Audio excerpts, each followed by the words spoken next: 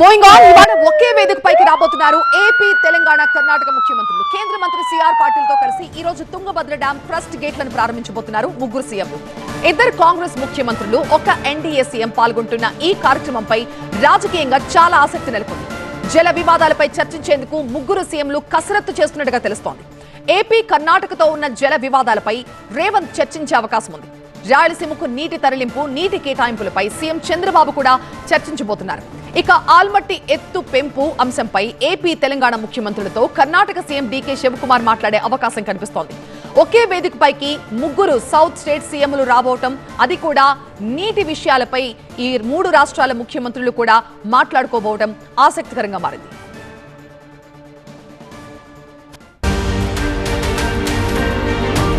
Karnataka, Andhra సరిహద్దులోని Tungabhadra project పునరుజ్జీవం పొందింది. Tungabhadra dam crust గేట్ల ప్రారంభోత్సవం ఇవాళ ఘనంగా జరగబోతోంది.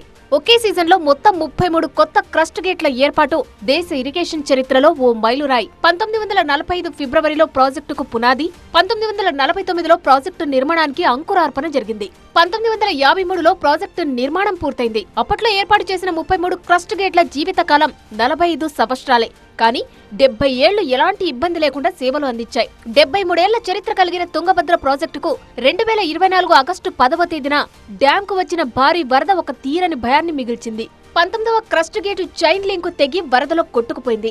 లక్షలాది ఎకరాల పంటలు ఎండిపోతాయేమోనని, తాగునీటికి కటకట ఏర్పడుతుందేమోనని అంతా భయపడ్డారు. సీఎం చంద్రబాబు చొరవతో రంగంలోకి దిగిన క్రస్ట్ గేట్ల నిపుణుడు కన్నయ్య నాయుడు అండ్ టీం ఎంతో శ్రమించి వరదల సమయంలోనే స్టాప్ లాక్ టెక్నాలజీతో 19వ గేటు అమర్చారు. ఆ తర్వాత నేషనల్ డ్యామ్ సేఫ్టీ అథారిటీ ఆధ్వర్యంలో తుంగభద్ర డ్యాం ను పరిశీలించి మొత్తం 33 పాత గేట్లను తొలగించి కొత్త గేట్లు ఏర్పాటు చేయాలని సూచించింది. రాయలసీమకు సంజీవని అయినటువంటి తుంగభద్ర క్రస్ట్ గేట్ల వ్యవహారాన్ని సీఎం చంద్రబాబు ప్రతిష్టాత్మకంగా తీసుకున్నారు. కర్ణాటకను ఒప్పించి కొత్త గేట్ల ఏర్పాటుకు టెండర్లు పిలిచారు.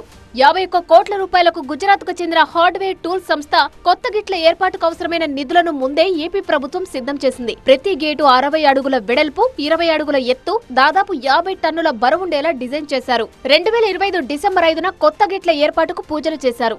కేవలం 6 నెలల్లోనే 33 పాత గేట్లను పూర్తిగా తొలగించి వాటి స్థానంలో కొత్త క్రస్ట్ గేట్ల ఏర్పాటు చేశారు.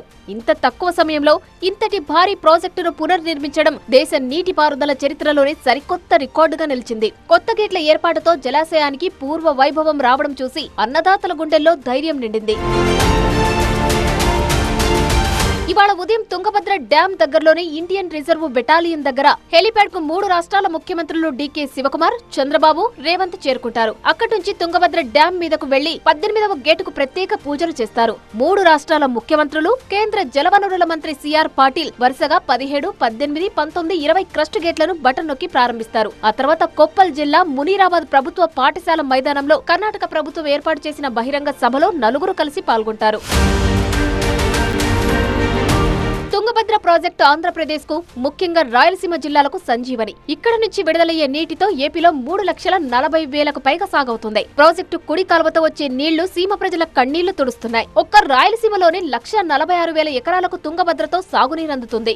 ఏపీలోని కర్నూలు, కడప, అనంతపురం జిల్లాలోని వందలాది గ్రామాల్లో సాగు, తాగునీటికి ఈ జలాశయమే జీవనాధారంగా ఉంది. 3 దశాబ్దాల్లో ఎన్నడూ లేని విధంగా తుంగభద్ర డ్యాం పునరుద్ధరణ పనులకు ఏపీ, కర్ణాటక ప్రభుత్వాలు అత్యంత ప్రాధాన్యతనిచ్చాయి. ఈ ప్రాజెక్టు కేవలం సాగునీటి అవసరాల కోసమే కాకుండా వందలాది గ్రామాలకు తాగునీటి సరఫరాకు ఏకైక ఆధారంగా నిలుస్తోంది. అందుకే రాజకీయాలకు తావు లేకుండా పొరుగు రాష్ట్రాలు ఏకతాటిపైకి వచ్చి నిర్ణీత గడువులోగా గేట్ల పునర్నిర్మాణ ప్రక్రియను ముగించాయి. ఇవాళ కన్నుల పండువగా స్పిల్వే గేట్ల ప్రారంభోత్సవం నిర్వహించబోతున్నారు.